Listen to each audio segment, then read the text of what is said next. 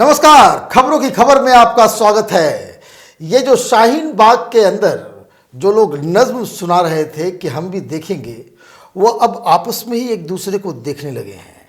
इतनी बड़ी खाई बन गई है, इतना फूट हो चुका है इस पूरे तमाशा के अंदर कि ये लोग अब निकलने का रास्ता ढूंढ रहे हैं। भागने का रास्ता क्या हो, इसको लेकर के ही आपस में ये लोग लड़ रहे हैं।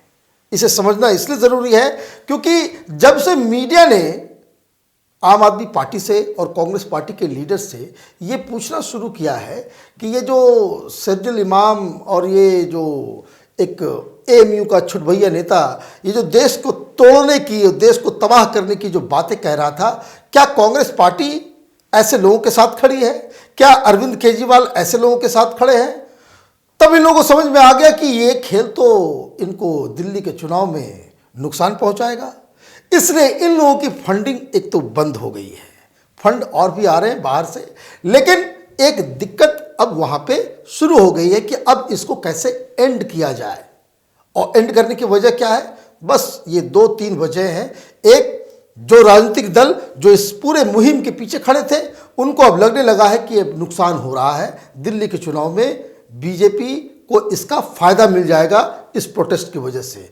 और दूसरी वजह, ये जो कुछ वीडियोस आए जिसमें पूरी तरीके से ये पूरा आंदोलन एक्सपोज हो गया, क्योंकि जिस तरह के नारे लग रहे थे, इंशाअल्लाह हमारा तुम्हारा रिश्ता क्या, ला इलाहा इल्लल्लाह, और ये पूरा का पूरा ये अब लोगों के दिमाग में ये बैठ गया कि ये कोई सीए के खिलाफ नहीं है।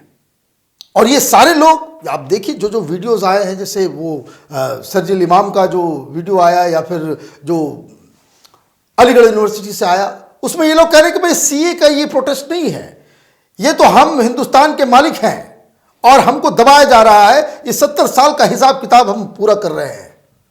तो ये एक मसला हो गया। अब सवाल ये था कि शाहीन बाग अब कहां तक, कब तक इसको चलाया जाए, क्योंकि अब तो पैसे भी आने बंद हो गए हैं और ये इतना कोई भी आंदोलन चलेगा तो उसका कोई तो डेड एंड होगा।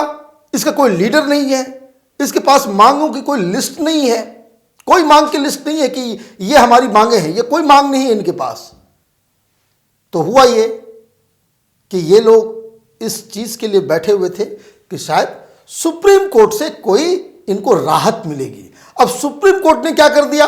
सुप्रीम कोर्ट ने सरकार को कहा कि जो बाकी जो 144 जो पिटिशंस डाले गए हैं उसका जवाब आप दें 4 सप्ताह के अंदर, मतलब 22 फरवरी तक। अब सवाल ये उठ रहा है कि क्या 22 फरवरी तक ये शाहीन बाग चलता रहेगा या इसको हटाया जाए? और 22 तारीख तक अगर चलेगा तो फिर इसको कैसे ऑर्गेनाइज किया जाए? और दूसरी समस्या ये हो गई कि जो पॉलिटिकल पार्टीज इसको बैक कर रही थी, उनको लग रहा है कि तो सरिता विहार वाले अब आंदोलन कर रहे हैं, ये रोज जो लाखों लोग जो वहां फंस जा रहे हैं, ये उनके वोट के ऊपर असर पड़ रहा है।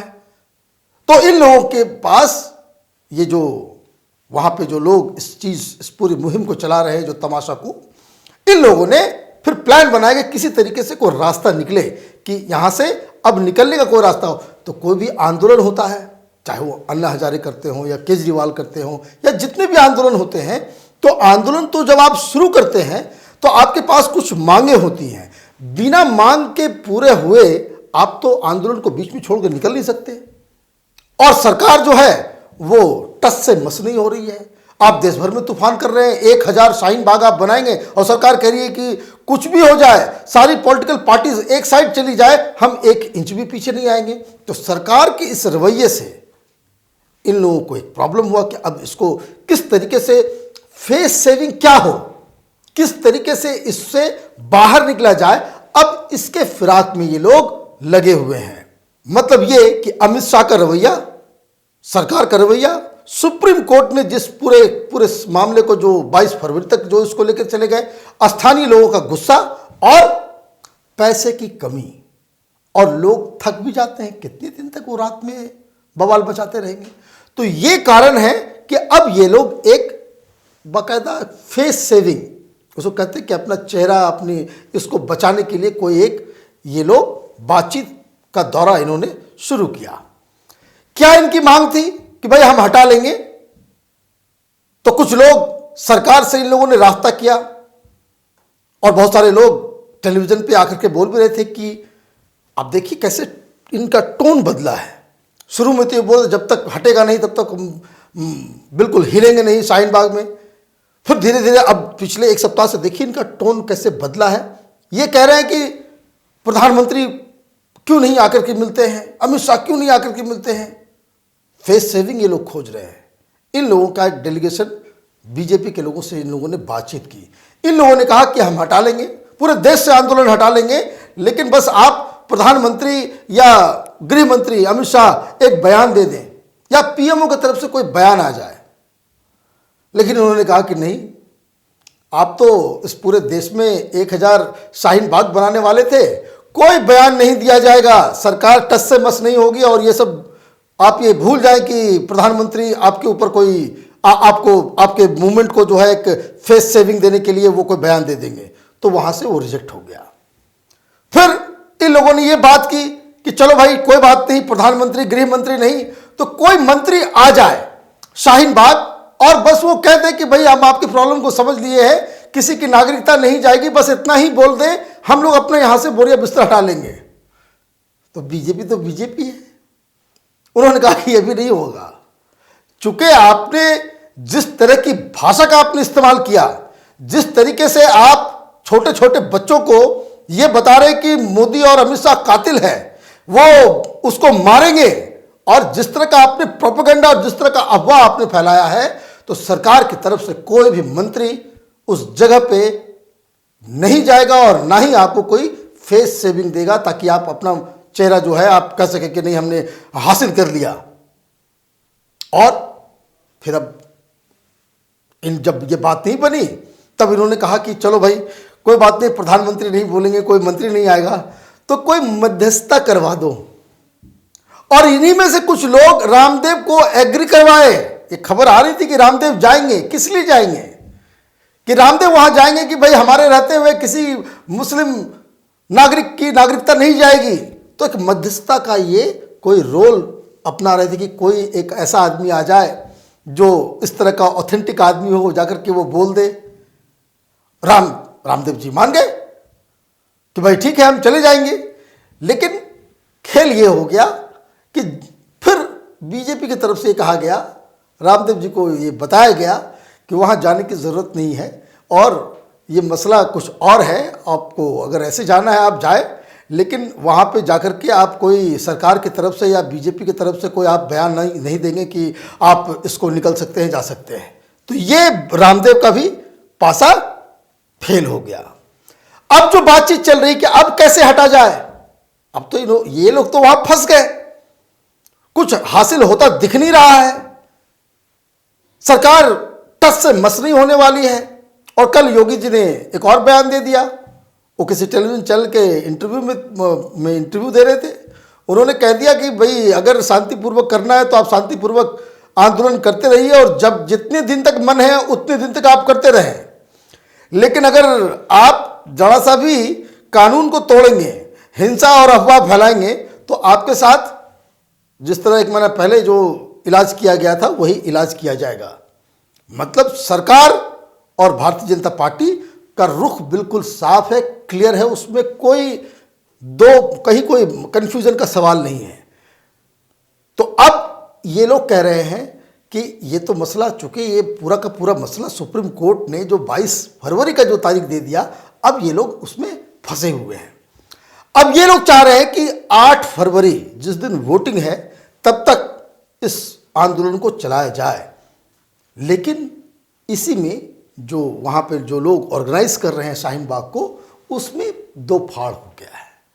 वो कह रहे हैं कि नहीं 8 फरवरी तक भी क्यों जाएंगे, कैसे जाएंगे, लोगों को काम धाम भी है और लोग थक गए, अब लोगों की भीड़ भी नहीं आ रही है और ये फिजल आउट कर जाएगा तो फिर कभी हम मुंह उठा करके सरकार के सामने कोई दबाव देने के पोजीशन में नहीं रहेंगे अगर खाली हाथ यहां से उठते हैं। तो एक नई तरकीब ये आम आदमी पार्टी और कांग्रेस पार्टी ने सुझाया है। वो क्या सुझाया है कि लोग जो स्थानीय लोग हैं सरिता विहार के या इधर उधर के, उन लोगों को एक रैली होगी और वो लेकर के वहां पे जाएंगे, इन लोगों से रिक्वेस्ट करेंगे कि छोटे छोटे बच्चे स्कूल नहीं जा पा रहे हैं, एम्बुलेंस के लिए रास्ता नहीं हो पा रहा है, इसलिए हमारी प्रॉब्लम्स को देखते हुए आप यहां से उठ जाएं और फिर ये वहां से उठ जाएंगे ताकि ये फिर प्रेस कॉन्फ्रेंस कर सके कि हमने तो लोगों की समस्याओं को देखते हुए हम यहां से उठ गए। लेकिन असलियत क्या हो रही है, असल बात क्या है कि इन लोगों के पास अब, चूंकि ये जो पूरा आंदोलन इन लोगों ने कर दिया, किस बात पे कर दिया? अफवाह के ऊपर।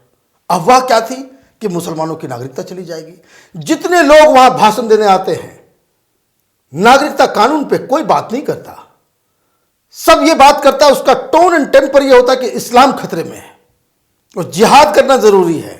और ये कंप्लीट उस तरीके से ये जा रहा है पूरा मसला कि जो इस देश को बकायदा तोड़ने और सबोटाज करने के हिसाब से चल रहा है। और उस तरह के वीडियोस आ गए।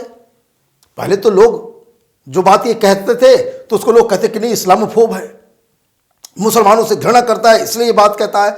लेकिन जब इनके लीडर्स के बयान खुद सामने आ गए तब ये पूरी तरह से एक्सपोज हो गए। और सबसे बड़ी बात कि जिस तरीके से ये पूरा इवेंट टर्न आउट किया है, क्योंकि नागरिकता किसी की जा नहीं रही, ये कानून किसी की नागरिकता लेने वाला तो नहीं है, एनआरसी अभी आया नहीं है, एनपीआर को आप रोक नहीं सकते। सोशल मीडिया में एक वीडियो में देख रहा था, आप उस यूट्यूब पे है, आप उसको एक बार जरूर देखें कि जब एनपीआर का कानून और उसको लागू करने के लिए चिदम्बरम साहब ने बिल लेकर के वो पार्लियामेंट में आए थे तो उन्होंने एक प्रेस कॉन्फ्रेंस की थी और कितना बढ़िया से वो बता रहे थे एनपीआर कितना अच्छा चीज है। और अचानक से आप वोट बैंक की खातिर, चूंकि मुसलमानों को आपने कह दिया कि भाई तुम्हारी नागरिकता चली जाएगी, मोदी और अमित शाह मुसलमानों को डिटेंशन कैंप और कंसंट्रेशन कैंप में डाल देंगे, मुसलमानों का वोटिंग राइट छीन लिया जाएगा। और जो लेटेस्ट जो चल रहा था अभी कि मुसलमानों की नसबंदी हो जाएगी। तो ये इस तरह के ये पूरा का पूरा आंदोलन, ये पूरा का पूरा मजमा जो लगा था वो अफवाहों के ऊपर था और इसलिए लोगों ने इसे रिजेक्ट कर दिया। और ये पूरा का पूरा जो आंदोलन रहा, शुरू में तो सारे वीआईपीज आए, पॉलिटिशियंस आए, फिल्म स्टार्स आ गए, लेकिन जब सवाल जवाब उनसे किया जाने लगा तब उनको समझ में आया कि वो मोदी की घृणा में वो 2-3 कदम आगे चले गए, लक्ष्मण रेखा उन्होंने क्रॉस कर दी है। क्योंकि जिस तरह के भाषण शाहीन बाग और जिस तरह से मौलवी मौलाना लोगों को भड़का रहे हैं उससे वो खुद डिफेंसिव में चले गए। तो कहने का मतलब ये है कि ये जो शाहीन बाग के बारे में ये लोग कह रहे थे कि पूरे देश में 1000 शाहीन बाग क्रिएट कर देंगे, अब इनके पास ना समर्थन है, ना लोग हैं, ना पैसे हैं और ना ही वो साख बची है इस आंदोलन की। और इसलिए ये तमाशा बहुत जल्दी खत्म होगा, ये अपने आप खत्म होगा। और सबसे शर्मनाक बात ये होगी कि बिना कुछ हासिल किए हुए इन सब लोगों को शाहीन बाग का ये जो रास्ता जो ब्लॉक करके ये लोग बैठे हुए हैं यहाँ से हटना पड़ेगा। आप देखते रहिए कैपिटल टीवी, हमारे वीडियोस को लाइक कीजिए, शेयर कीजिए और हमारे चैनल को सब्सक्राइब कीजिए। धन्यवाद।